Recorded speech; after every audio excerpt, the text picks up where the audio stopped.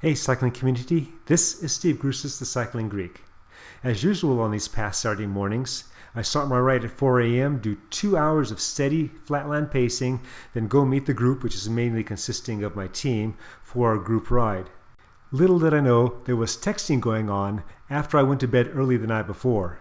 Apparently the word went out that this was going to be a Strava KOM day.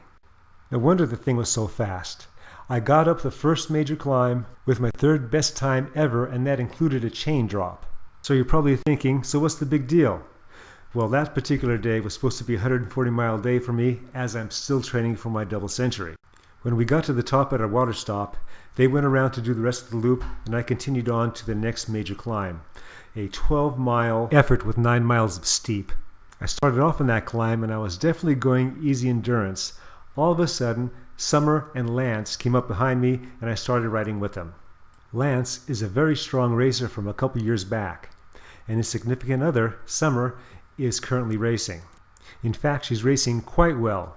In just 2 years, after she started racing in 2014, she's upgraded to a Cat 2 and is winning races. She started out as a triathlete, and then a couple years in the off-season, she picked up a cross bike because it looked fun, and she never looked back since. When we got to the top of this climb, I had a chance to interview her. Please enjoy. After I just got creamed by my team and we were going up the climb, I went off and did my own climb because I just went on faster and I'm training for that double. So I'm going at a real easy pace, and all of a sudden, these two guys come up behind me, and they're doing sweet spot training, climbing up all the climb. So now I'm hanging on the back of them. So we're talking a little bit, and I was commenting that whenever I see Sumer on the Facebook, she's on the podium somewhere. So we're talking about racing. So you had done 2 races that were very similar, and you got very different results. Yeah, I was at the top of the podium, and then I was at last place. So welcome to bike racing. Yeah, no kidding. So the good one was Dunningham, and they're both predominantly flat. They are. So tell me about Dunningham. Tell me about the other one. Sure. So we rolled off in Dunningham, and there were a couple early attacks that we covered, and then another nice move went. And so as soon as it looked like it was a move that could stick, because there were members from all the teams there, I went around to get on it, and there was probably 4 or 5 of us. There was a little crash behind us, and so we hit some rollers, dropped a couple more, and so then there were 3 of us in the break, and we just rode the break all the way. So the Dunningham is something like 69, 70 miles? I think they're maybe 40. Oh, 44? Okay, yeah. Okay. We just did 1 loop. Oh, okay, gotcha. And so, the 1 loop, so the breakaway was how many miles? Half of it? Oh, more than that. We probably, maybe like 5 miles in. Oh, wow, okay. Yeah. Okay, from the gun.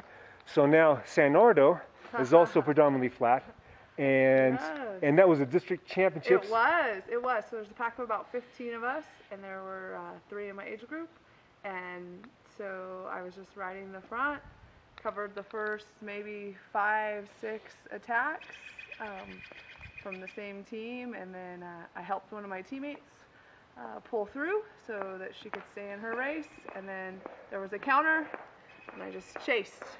So how big was the pack at Dunningham? They were both about 15. Oh, okay. Yeah, same size packs. But the one at San Nardo was predominantly another team? Just stronger attacks. Okay. Like in the first 20 minutes. Okay. Yeah. And no one else, with all the little groups, there was no one else to help chase. So.